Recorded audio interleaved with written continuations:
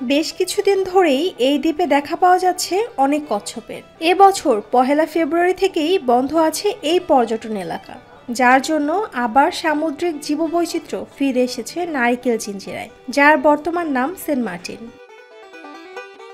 দ্বীপের পরিবেশ ও জীববৈচিত্র্য সংরক্ষণের জন্য 9 মাস বন্ধ থাকে বাংলাদেশের একমাত্র প্রবাল দ্বীপ সেন্ট মার্টিন। অতিমাত্রায় পর্যটন, প্রবাল আহরণ এবং সামুদ্রিক কচ্ছপের প্রজনন স্থানে বিঘ্ন ঘটায় দ্বীপের পরিবেশ হুমকির মুখে পড়ে।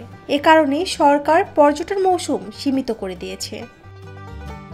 এখানে সাধারণত 2 প্রজাতির সামুদ্রিক কচ্ছপ দেখা যায়: অলিভ রিডলে গ্রিন টার্টল। এরা ডিম পাড়তে সেন্ট মার্টিন দ্বীপের নিরিবিলি বালুকা বেলায় উঠে আসে। অতিরিক্ত পর্যটনের কারণে পরিবেশগত চাপ পড়েছে, বিশেষ করে প্রবাল পাথর সামুদ্রিক কচ্ছপের প্রজনন স্থলে, এবং অন্যান্য সামুদ্রিক জীববৈচিত্র্য হুমকির মুখে পড়েছে।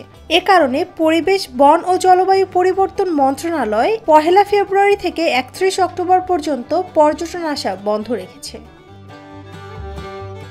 সেন্ট মার্টিন ভ্রমণের সময়গুলো: নভেম্বর দ্বীপে ভ্রমণ অনুমোদিত, তবে রাত্রিযাপন নিষিদ্ধ। ডিসেম্বর ও জানুয়ারি ভ্রমণ ও রাত্রিযাপন উভয়ই অনুমোদিত, তবে প্রতিদিন সর্বোচ্চ 2000 পর্যটক রাত্রিযাপন করতে পারবেন। ফেব্রুয়ারি থেকে অক্টোবর পর্যটন সম্পূর্ণরূপে নিষিদ্ধ। এই 9 মাসে কোনো পর্যটকই দ্বীপে যেতে পারবে না।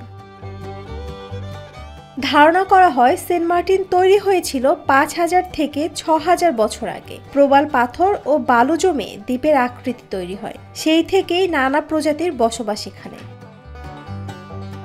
নুসরাত জাহান শম্পা, নিরপেক্ষ নিউজ ডেস্ক।